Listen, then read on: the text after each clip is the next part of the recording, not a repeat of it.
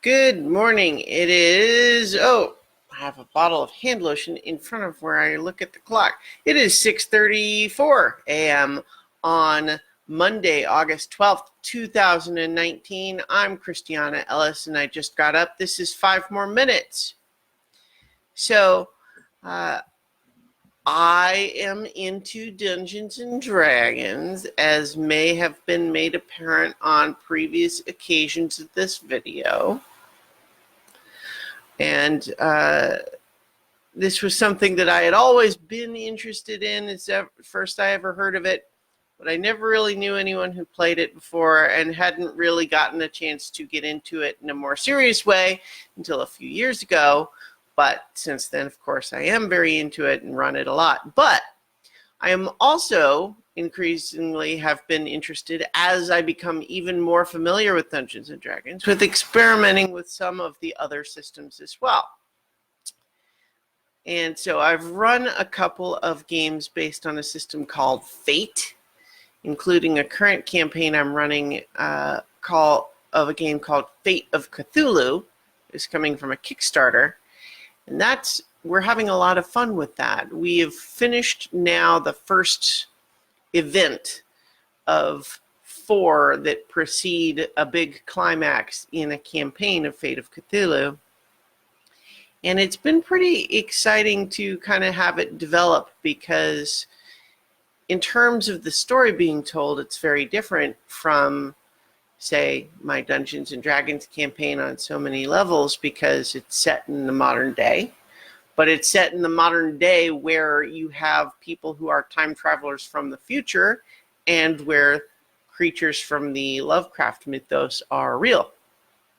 So, there's some overlap in terms of hero characters fighting monsters and such.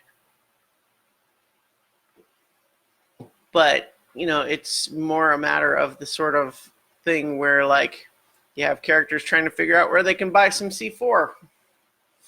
Is not the same sort of vibe.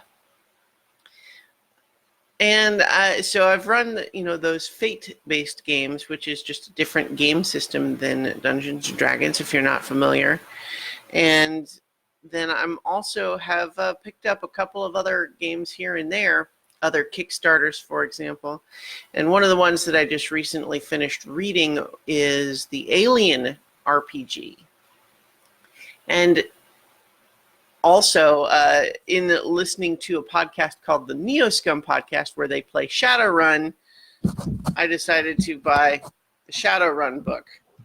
And Shadowrun is kind of like cyberpunk mishmashed with Dungeons and Dragons, in the sense that it is, Blade Runner-y types of things, like you have people with cybernetic enhancements, and it's set in the future. And there's, all of the, very cyberpunky sorts of things, but there's also, orcs and elves and dwarves and stuff.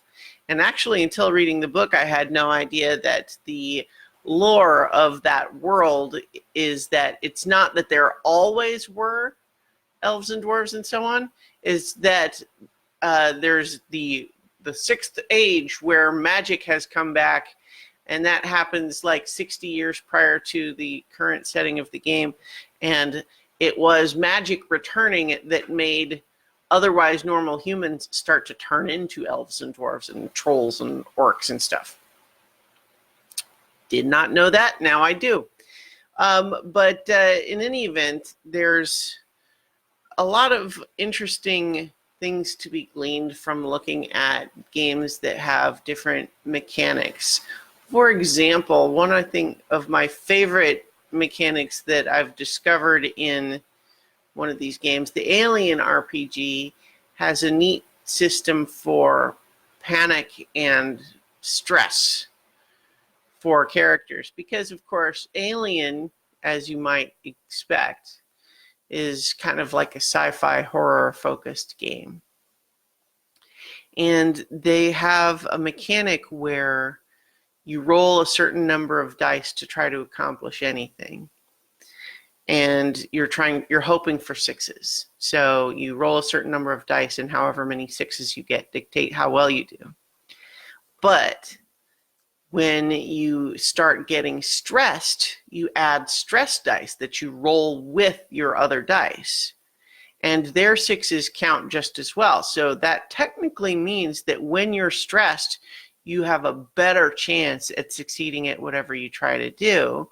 And I think that that is meant to sort of model like the adrenaline of it. But the flip side of that whole thing is that if any of your stress dice come up as ones, you have to make a panic roll.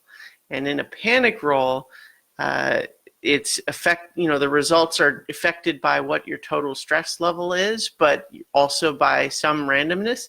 And that could force you to suddenly start screaming for the entire round, force you to suddenly like flee from the situation, to have a psychotic break and lash out at one of your allies, and that sort of thing. And in fact, one of the things that can happen is that, let's say everyone in your party is pretty stressed, and then one person rolls a 1 on one of their stress dice and has to make a panic roll, and they roll that they just start screaming. And part of the result of that is that hearing you scream makes everyone else have to make a panic roll. And so you could get a whole cascade effect there, where you have a party that has maybe made a careful plan, and then it all goes to hell as everyone just freaks out. And I think that's kind of a really fun mechanism.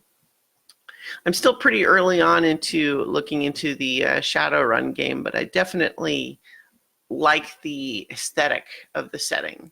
And so I'm probably going to be looking more into that and talking more about it at some point soon. But in the meantime, I'm going to leave it there, and I will talk to you all tomorrow for 5 more minutes.